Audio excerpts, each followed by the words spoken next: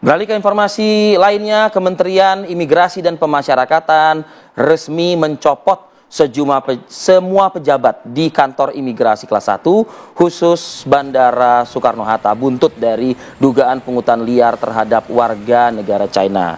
Menteri Imigrasi dan Pemasyarakatan Agus Andrianto mengatakan keputusan diambil setelah dirinya mendapat laporan berupa data-data terkait dugaan tindak pidana tersebut. Agus menyebut pihaknya tidak menoleransi apapun bentuk pelanggaran dan mendapat hukuman yang setimpal. Saat ini Kedutaan Besar China menyatakan telah menjalin komunikasi dan koordinasi yang cukup erat dengan kantor imigrasi Bandara Internasional Soekarno-Hatta dan memecahkan setidaknya 44 kasus pemerasan dengan jumlah total sekitar 32,75 juta rupiah yang dikembalikan kepada lebih dari 60 warga negara China.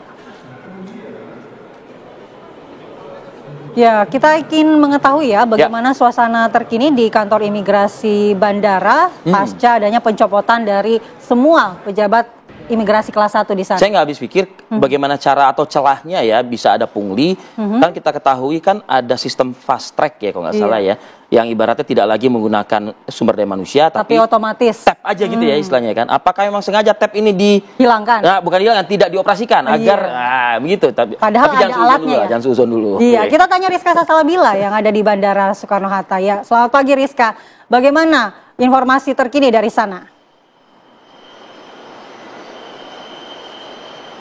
Iya, Arif Fadil dan juga Andi Kumala, jika kami melihat dari kantor imigrasi Bandara Soekarno-Hatta sendiri memang terlihat sepi, yang mana kemudian kami berlari ke daerah ataupun ke tempat kedatangan dan juga keberangkatan dari Terminal 3 Bandara Soekarno-Hatta. Adapun dari buntut dugaan pemerasan dan juga pungutan liar terhadap warga negara Cina, keputusan Kementerian Imigrasi Pemasyarakatan ini mencopot seluruh pejabat kantor imigrasi kelas 1 khusus Bandara Soekarno-Hatta. Adapun keputusan ini diambil oleh Menteri Imigrasi dan Pemasyarakatan Agus Andrianto setelah menerima adanya laporan berupa data terkait dugaan tindak pidana tersebut. Adapun dari pihaknya sendiri, Kementerian Imigrasi dan juga Pemasyarakatan ini tidak akan menoleransi segala bentuk pelanggaran yang dilakukan oleh pejabat di kantor imigrasi khususnya di Bandara Soekarno-Hatta ini, yang mana nantinya akan mendapatkan hukuman yang setimpal begitu. Adapun tidak hanya itu, dari Kedutaan Besar Republik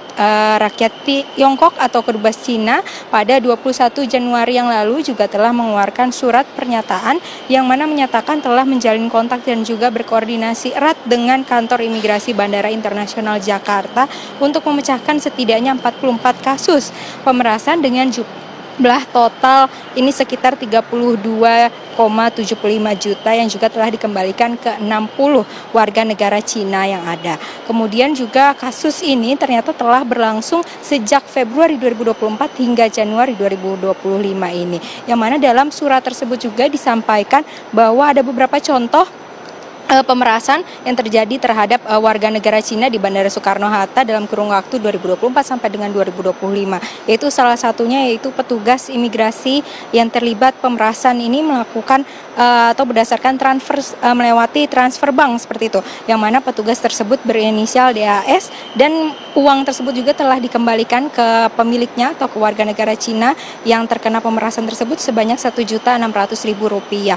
Dan ada juga penumpang lainnya atas nama Zhao Qiu dengan nomor penerbangan MF868 yang mana dirinya tiba di Bandara Soekarno-Hatta ini pada 20 Februari 2024 sekitar pukul 6 waktu Indonesia Barat. Dan selain itu masih ada 43 penumpang lainnya yang menjadikan contoh dari kasus pemerasan yang dilakukan oleh pejabat imigrasi di Bandara Soekarno-Hatta ini sendiri. Demikian Arif Fadil dan juga Andi.